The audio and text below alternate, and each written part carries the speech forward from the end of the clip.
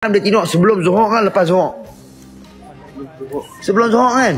Lepas Zuhur tak elok. Amat interview dia. Dia baru lepas doa kat aku tau. Wuduk tu ada lagi. Ustaz Zuhur je? Dah. Mak. Ni mak ni. Mak tunggu anak dia.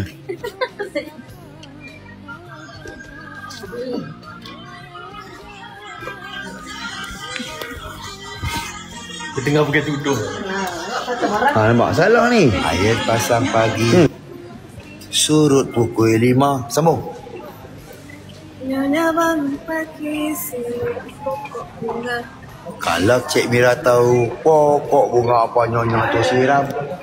Kok bunga melo tanam tepi kolam. Jangan duknya.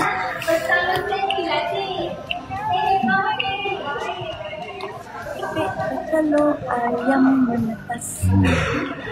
Tik bertelur ayam menetas.